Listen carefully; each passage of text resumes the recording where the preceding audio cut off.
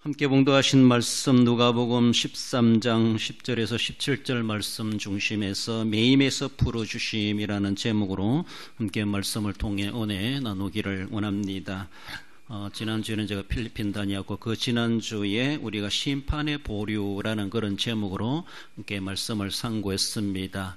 포도원에 한 무화과 나무를 심었는데 그것이 열매를 맺지 못하자 주인은 찍어버리라고 하지만은 그래서 종이 한 해만 더 기다려 달라라고 자기가 땅을 파고 거름을 주고 잘 가꾸어서 열매 맺도록 해보겠다라고 하며 그래서 주인은 심판을 보류했다.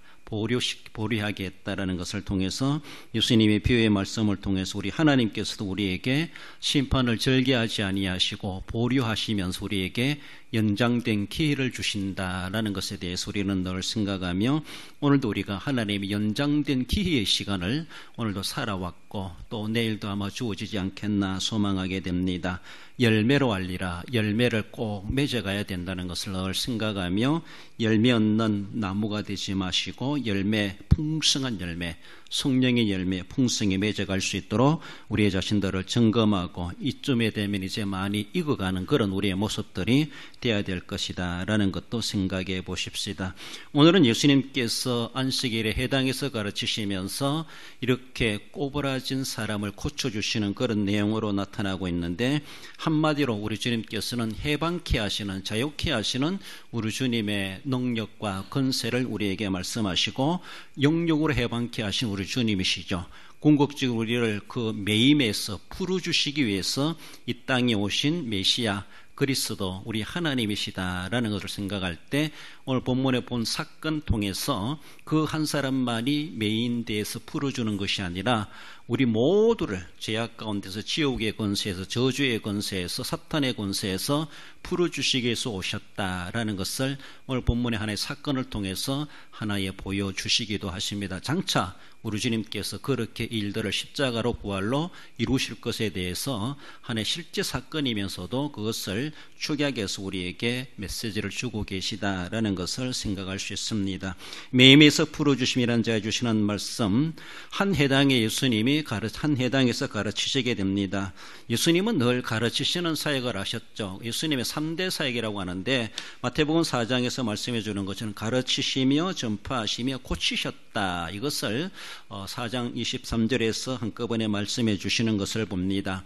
예수님이 가르치시고 또 전파하시고 고치시는 것은 어쩌면은 장소와 시간을 초월해서 언제 어느 때 어디서나 주님은 하시는 것입니다. 한편에 오늘 본문은 안식일 날 예수님이 회당에서 가르치셨다고 말씀하시는 것처럼 유대인들이 안식일을 지키고 또 회당에서 모여서 그들이 하나님 앞에 경건의 시간을 가질 때 성경을 읽을 수 있는 랍비들이 앞에 와가지고 성경을 받아서 낭독해 주고 또 어쩌면 설교도 하게 되는 그런 예를 우리가 볼 수가 있는데 예수님도 한편에 선생의 위치에서 또 율법과 선지서를 읽을 수 있는 능력 있는 분으로서 그 모든 무리들 앞에 한 분의 선생님으로서 랍비로서 그렇게 가르치시는 사역을 해당에서 하셨다라는 것. 다른 데도 보면 해당에 가실 때마다 그렇게 가르치셨다라는 것을 볼 수가 있습니다. 예수님은 가르치시는 굳이 해당에서만 가르치시는 것이 아니라 말씀드린 것처럼 장소를 떠나서 언제 어디서나 또 어느 때나 주님께서는 이 3대 사역을 해가셨다라는 것이죠. 오늘 본문의 안식일을 가르치시면서 또 병자까지도 고치시는 그런 모습을 본문에 한꺼번에 보여주십니다.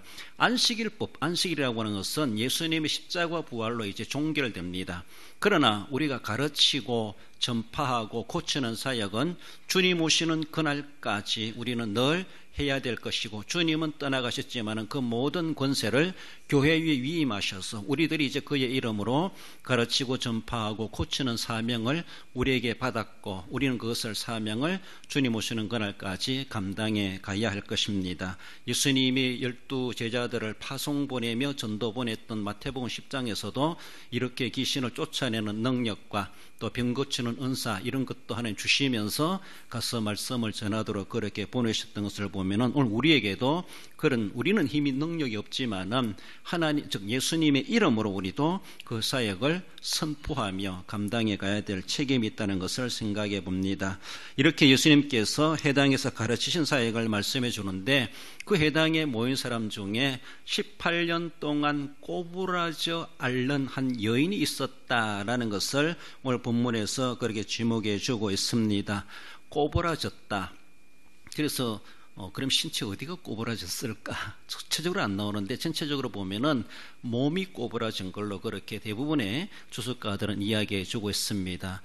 몸이 꼬부라졌다면 어떻게 꼬부라졌을 것 같아요? 그래서 몸이 앞으로 90도 굽었나? 옆으로 굽었나? 어떻게 꼬부라졌나? 모양은 어떤지 모르지만은 참으로 정상적이지 못하고 지극히 불편한 삶을 그리고 어쩌면은 알았다라고 하는 것처럼 그것이 얼마나 힘들고 아파했겠는가. 정상적이지 못한 신체의 모양을 그렇게 꼬부라졌다라고 보니까 상당히 힘든 삶을 살아왔던 여인임을 보여주고 있습니다.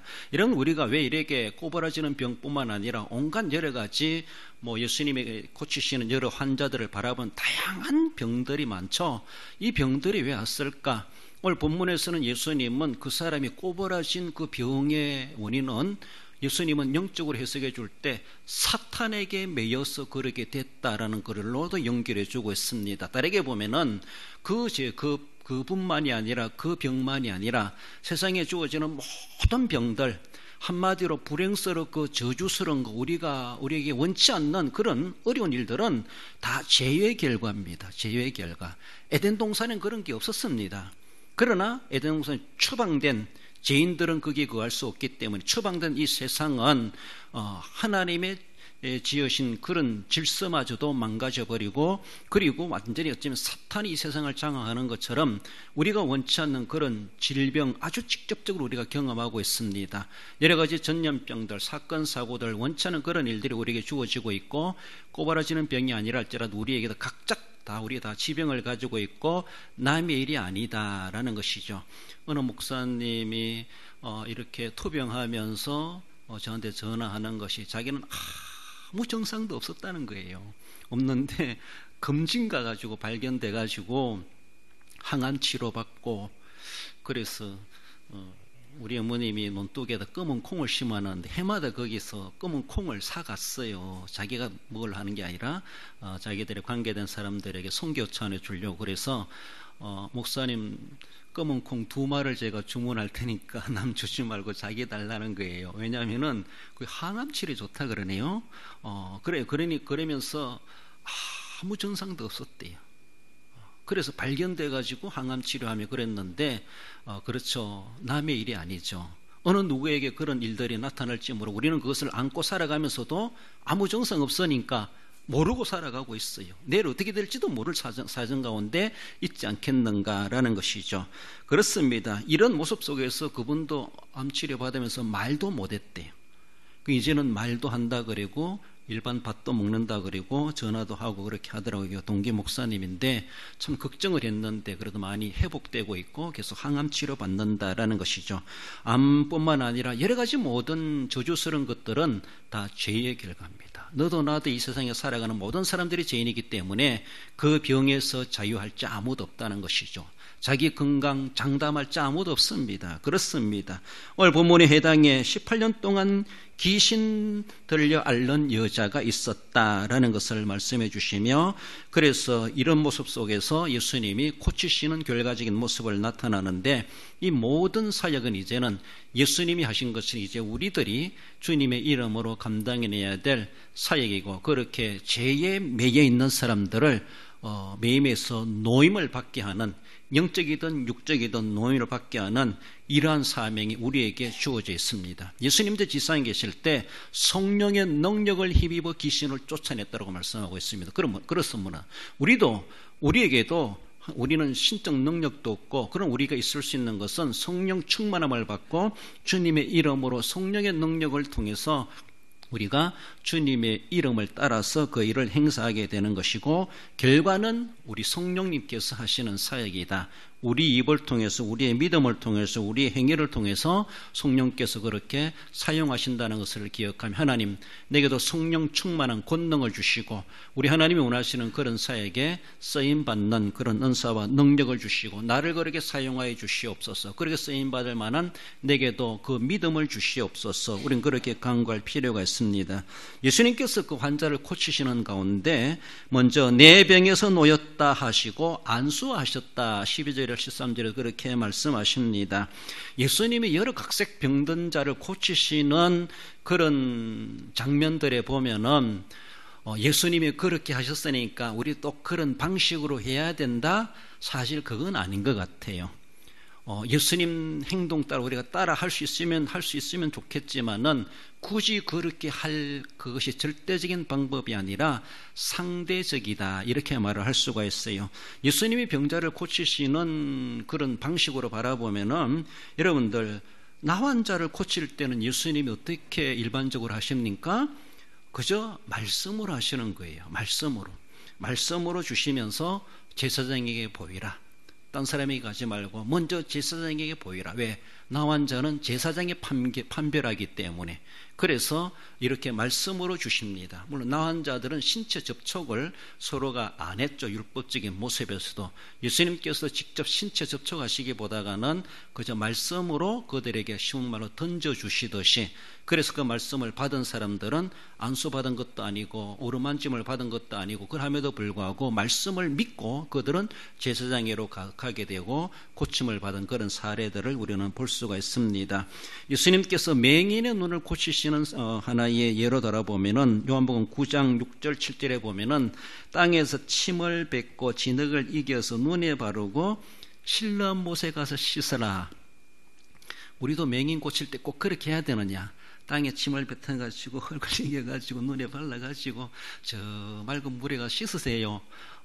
그런 방식 해야 되는 건 아니라는 거예요. 예수님이 그렇게 하셨다고 해서 침을 뱉어가지고 흙을 이겨가지고 눈에 발라가지고 믿음으로 고침받을 수 있을 것이다 하면서 하라고 그래 한다고 해서 꼭 그렇게 하는 방식이 절대적인 방식만은 아니다라는 것이죠.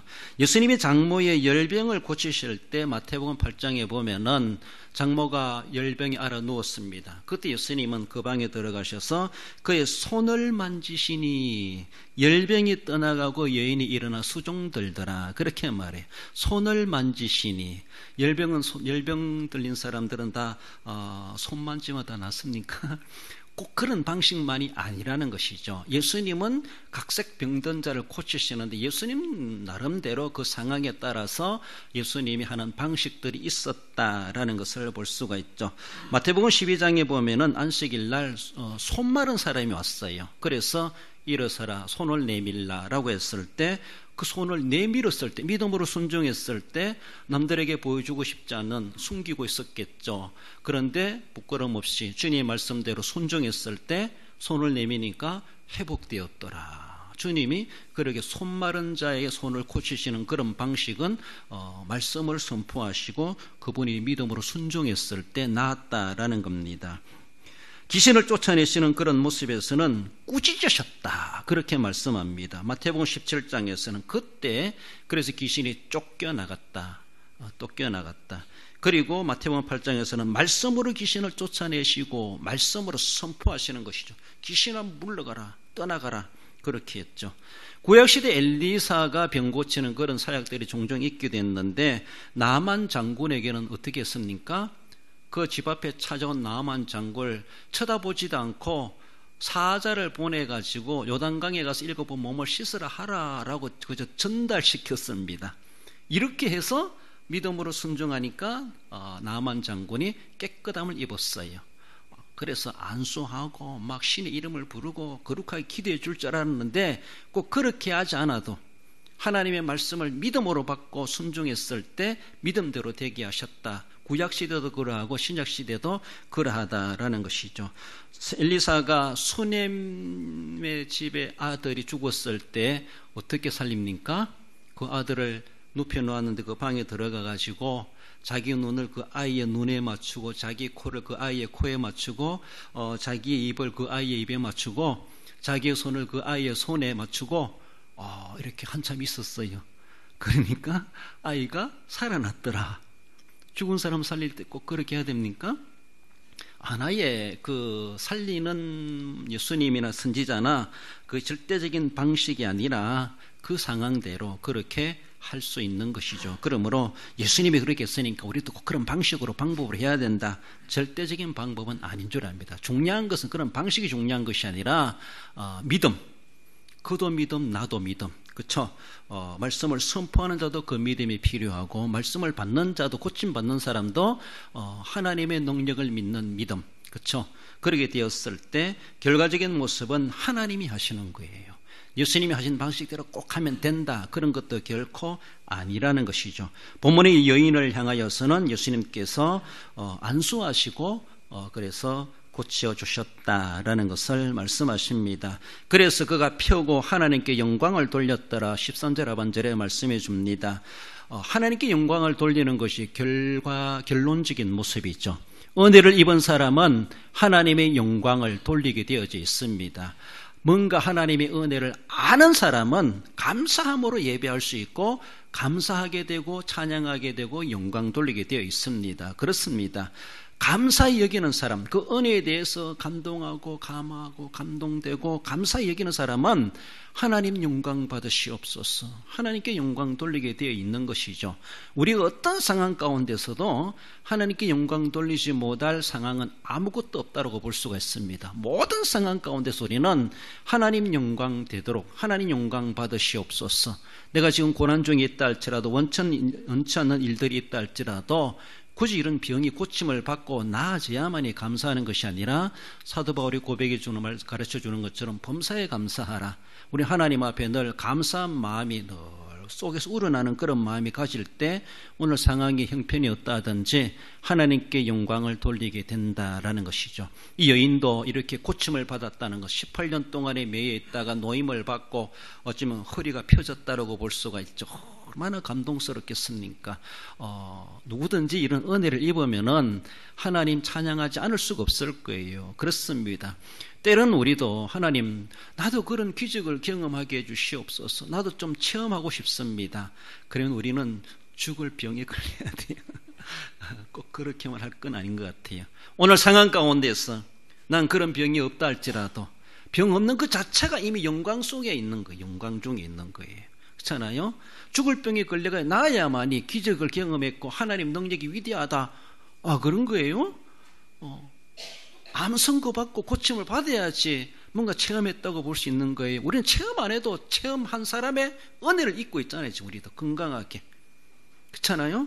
그러니까 우리는 이미 그 영광 속에 있는 사람이므로 영광 돌리는 것은 지극히 당연한 삶이라는 것이죠. 오늘의 상황이 조금 어떤 어려움이 있다 할지라도 그것이 하나님의 영광을 가릴 만한 문제가 되는 것은 결코 세상에 있는 것은 없다는 것이죠. 그런 일이 시험이 있다 할지라도 하나님께 영광 돌리는 것은 우리의 본분이고 우리가 해야 될 마땅한 자세라는 것을 말씀하십니다. 이런 모습을 회당장이 다 지켜보고 있었어요. 회당장은 그 회당의 집회라든가 모임이라든가 모든 것을 주관하는 책임자라고 볼 수가 있죠. 그래서 불미스러운 일이나 안 좋은 일이 벌어지지 않도록 늘 관리하고 또 책임지는 그런 모습이기도 한데, 회당장이 예수님이 이 병자를 고치는 것을 보면서 분내었다라고 하면서 예수님께는 한마디도 못하면서 무리들에게 얼굴을 요리 돌려가지고 무리들에게 화풀이를 하는 거예요. 화풀이를 하는 거예요. 엿새 동안에 와서 고침을 받을 것이지 안식일 날에 와가지고 그렇게 고침을 받으면 되느냐? 라고 하면서 쉬운 말로 안식일법을 범했다라는 것이죠. 얼굴은 무리들을 바라보면서 내심 예수님을 향하여 불만을 토하는 소리죠. 그래서 본문에서는 무리들에게 이렇게 말하죠. 예수님께는 한마디 말 못하면서 사람들을 보면서 그렇게 분을 바라는 그 소리, 예수님도 저 소리 다 나한테 하는 소리구나, 주님도 다 알아채셨을 겁니다. 그래서 누구한테 말하든지 간에 아무튼 해당장이 그 생각에 대해서 예수님이 외식하는 자라라고 하시면서 책망하시게 되죠. 그렇습니다. 너희들이 소나 낙이나 풀어가지고 물을 먹이러 가지 않느냐? 안식일 날 그래 하지 않느냐?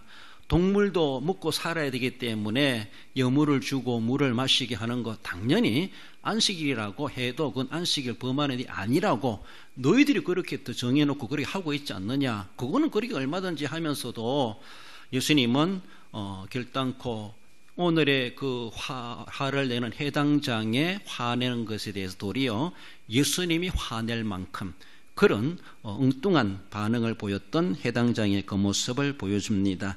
마태복음 12장 11절에서 또 안식일 한 해 사건이 기록되고 있는데 너희 중에 어떤 사람이 양 한 마리가 있어 안식일에 구덩이에 빠졌으면 끌어내지 않겠느냐라고 하시면서 안식일 날에 동물이 구덩이에 빠졌든지 그가 먹어야 될 여물과 물을 줘야 된다면 얼마든지 우리가 그걸 해도 된다라고 다 그렇게 하면서도 사람이 이렇게 얽며 있고 예수님은 그 여인을 사탄에 매여 있다 이렇게 말하고 사탄에 빠져 있다는 것이죠. 사탄이란 구덩이에 빠져 있어가지고 18년 동안 거기서 꼬부라져 앓고 있는 사람이다 이런 모습으로 주님은 연결시켜 해석해 주시면서 그 사람을 거기서 풀어주는 것이 무엇이 잘못이냐? 도리어 안식일이라면은 하나님께 영광 돌리고 하나님이 기뻐하시는 일을 더 적극적으로 행해야 될 일이라는 것이죠. 단순히 육체의 안식을 한다고 안식이 아니라 육체가 도리어 피곤할 정도로 하나님이 원하시는 일이라면 더 열심히 우리의 몸을 들여서 시간을 들여서 해야 될 일이라는 것이죠. 하나님께 영광 돌리는 일이고 이웃을 구제하고 이웃에게 도움을 주는 선한 일이라면은 우리는 얼마든지 안식일은 도리어 그날은 더 해야 될 그런 의미 있는 날이다라는 것이죠. 오늘 와서는 우리가 안식일법, 안식일 개념, 안식일을 지키는 것은 아니지만은 주일 개념으로 바라본다 할지라도 도리어 우리가 선을 행할 그런 기회가 있을 때 평일날은 못했어도 그날은 도리어 더 주님의 이름으로 더 전도하고 구제하고 봉사하고 베풀어 줄 수 있는 일은 얼마든지 우리가 할 수 있는 일이다라는 것을 해야 됩니다. 하나님께 교회에 와서 예배만 드린다고 해서 거룩한 것이 아니라 우리 이웃의 불우함과 어려움이 있을 때 그 날에는 도리어 주님의 이름으로 가서 봉사하고 섬기고 유해 주는 것은 지극히 당연하다는 것이죠. 예수님께서 이 땅에 오신 목적은 이 매인자들을 풀어주러 오셨습니다. 풀어주러 오셨어요.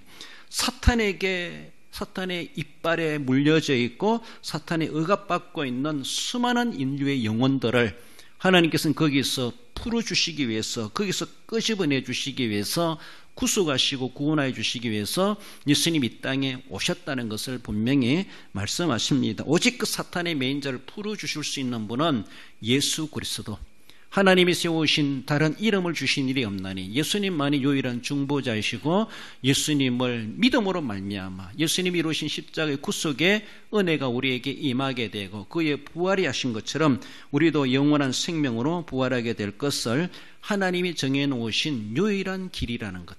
지난주 오전에도 우리가 광야로 내려가라 광야길을 하나님은 제시하셨다는 것처럼 다른 길은 없나니 오직 예수님만이 사탄의 매인 영혼들을 인간들을 구원하실 수 있는 유일한 중보자이시오 구속의 주이시다라는 것 하나님이 정하신 구원의 주는 오직 예수 그리스도밖에 없다는 것이죠. 다른 방법이 없습니다. 오직 예수님만이 그 일을 행하실 수 있는 하나님이 보내신 그리스도이시다라는 것을 분명히 말씀하십니다. 오늘 본문에서 안식일 날 그렇게 꼬부라진 그 한 여인을 고쳐주시고 즉 매임에서 풀어주시는 그것은 그 한 영혼이 그렇게 그 사람이 노임을 받는 것처럼 우리가 바로 예수님으로 말미암아 그 은혜를 입어서 우리가 사탄의 얽매이는 사슬에서 매임을 받고 해방과 자유를 누리게 된다는 것을 말씀하시고 그것을 위해서 이 땅에 오셨고 그것을 위해서 이때 예수님은 떠나가셨지만은 이 땅에 교회를 세우셨고 교회가 상시 존재하면서 그 사명을 우리는 위임받은 대로 주님은 오시는 그날까지 사탄의 매인자들을 노임을 받도록 하는 우리가 어떻게 노임을 받게 하겠습니까? 예수님의 이름으로 복음을 전하고 가서 땅끝까지 그들에게 복음을 전하여 아버지와 아들과 성령 이름으로 세례를 주라. 그리고 가르쳐 지키게 하라. 하나님을 믿도록 만들어라. 이것을 우리에게 명하신 바대로 우리는 그 방법과 그 원리대로 행할 때에 결국 거기서 노임을 받게 하시는 분은 하나님이시고 구속되어 구원받게 하시는 결과는 우리 모든 선교 전도 행위를 통해서 하나님이 행하여 가신다라는 겁니다. 이런 모습 속에서 놀라운 사건이 일어났죠. 수많은 사람들이 그것을 보면서 다 목격했어요. 그런데 반응은 또 두 갈래라. 그 반응에서 예수님이 안식일법을 범했다 이런 식으로 무리들에게도 화풀이하는 것처럼 해당장을 비롯해서 조금 좋은 일을 보면서도 반감을 사는 율법의 고정관념에 빠져가지고 조금 반감을 가진 사람들, 그러나 이 놀라운 역사를 보면서 기뻐하는 사람들, 이런 두 부류로 나누어졌다라는 것이죠. 부끄러워하는 자와 기뻐하는 자이다, 이렇게 성경은 기록해 줍니다. 부끄러워한다고 하는 것은 모욕을 주다, 욕되게 하다, 부끄럽게 하다, 수동적으로 보면은 굴욕을 당하다 이런 말입니다. 굴욕을 당하다. 그 일을 통해서 모욕을, 자기들이 도리어 모욕을 받는 것이죠. 부끄러움을 당하는 것이죠. 정말 어떤 사건과 일들이 끝났을 때 거기에 대해서 함께 하나님께 영광을 돌리고 그 기쁨의 공동체에 동참하는 자가 되어야 되는데, 거기서 굳이 거기에 동참하지 못하고 자신의 자존심과 체면과 명예를 지키려고 하다 보니까 그 무리 군에 들지 못하고 엉뚱한 곳에 속해 있는 두 부류로 나누어 볼 때 그렇게 갈려진다라는 것이죠. 해당장을 비롯한 아마 율법주의자들은 상당히 또한 그런 모습이 있을, 그들이 부끄러움을 당했다라는 것이죠. 결국 모든 일이 끝났을 때 기쁨에 동참하는 자가 있는가 하면은 굴욕을 당하는 자들이 있다라는 것이죠. 그렇습니다. 예수님은 우리를 굴욕당하게 하기 위해서 오신 분이 아니라 그런 가운데서 매임돼서 노임을 받게 하시기 위해서 오셨던 것처럼 슬퍼하는 자, 죄에 앉은 자, 우리에게 화가를 주시기 위해서, 우리에게 기쁨을 회복하기 위해서 이 땅에 오셨고 그 일에 사역을 행하여 가셨고, 그를 믿는 사람들은 굴욕을 당하는 자들이 아니라 주님 안에서 영원한 기쁨을 누리도록 하시기 위해서 우리에게 오셨고 우리에게 오늘도 은혜를 베풀고 계시다라는 것이죠. 그래서 우리가 예수님을 믿고 살아간다면은 정말로 사람들에게 손가락질을 받고 업신여김을 당하고 모욕을 당하고 굴욕을 당하는 그런 위치가 아니라, 도리어 이제는 그랬을지 모르지만은 예수님 믿고 나서는 도리어 사람들에게 부럽습니다 이런 말을 들을 수 있을 정도로 정말 참 좋습니다, 아름답게 보입니다, 이런 모습으로 사람들에게도 그렇게 인정받는 우리의 모습이 되어야 되죠. 그렇습니다. 지금까지 그들의 율법주의자들의 위선이 폭로되는 거나 다를 바가 없고 예수님의 탁월한 가르침과 그 병고침의 능력이 어떠한가라고 하는 것을 보여주고 그것을 기쁨으로 순수하게 받아들인 사람들은 그 기쁨과 영광에 참여하게 되고, 아마 그 여인이 하나님께 영광을 돌렸다라고 말하는 것처럼 그 영광에 그들도 함께 동참하고 하나님께 영광을 돌리는 그들의 모습이 아닌가라고 볼 수 있습니다. 우리 인생이 끝났을 때, 과연 주님 앞에 갔을 때 우리 인생을 종합적으로 평가해 볼 때 부끄러움을 당할 자인가, 함께 기쁨에 참여할 자인가, 우리는 생각해 봐야 되죠. 달란트 비유에서 결론적인 모습이 뭐예요? 부끄러움을 당하는 자는 마태복음 25장 30절에 바깥 얻은 대로 내쫓아라, 거기서 슬필며 이를 갈리라 하시니라. 그렇습니다. 이런 부끄러움, 이런 굴욕, 이런 모욕을 당하게 된다라는 것이죠. 세상에서 자기의 자존심과 명예와 체면과 율법제로 살아가다가 결국 하나님이 원치 않는 그것을 또 본질로 삼는 나머지, 그러다가 하나님의 기쁨과 영광에 참여하지 못하고 정말 바깥 의도한 대로 내쫓김을 당하는 그런 영원한 저주에 빠질 수도 있다는 것을 우리는 늘 생각하며, 우리를 매임에서 풀어주시고자 오늘도 언제 어디서나 어느 때나 우리에게 은혜를 베푸시는 우리 하나님이 계시다라는 것을 늘 기억하시며, 하나님, 나도 이러한 마음에서, 이러한 문제에서, 이러한 심리적인 상태에서 하나님 나를 풀어주시옵소서. 주님 앞에 매임을 고백하고, 그리고 하나님께서 풀어주시길 우리는 늘 갈망하며 주님의 영광에, 주님의 기쁨에 내가 참여하는 그런 믿음의 사람 되길 원합니다. 이러한 갈망하는 그런 마음으로 사모할 수 있어야 할 것입니다. 결론적으로 읽어봅시다. 죄의 결과로 질병과 모든 저주에 매였지만 중보자 예수 그리스도 앞에 믿음으로 나아가 풀어주시는 은혜를 입고 맡겨주신 사명을 감당하여 주님의 영광에 참여하기에 합당한 성도가 됩니다. 그렇습니다. 우리를 그렇게 자유케 해방케 하시기 위해서 오신 주님의 목적대로 오직 주님 앞에 믿음으로 나아가는 자, 그것을 믿음으로 수용하는 자, 겸손하게 믿음을 가지는 자에게 은혜를 베풀어 주시고 그래서 그 영광의 기쁨에 참여하게 하신다는 것을 늘 기억하며 그 참여하기에 부끄럽지 않는 믿음으로 우리가 살아가시는, 그래서 그 복된 삶을 누려 진정한 주님 안에서 자유와 해방과 노임의 은혜를 누려가시는 우리 모든 성도 여러분들 되시기를 주님의 이름으로 축원드립니다.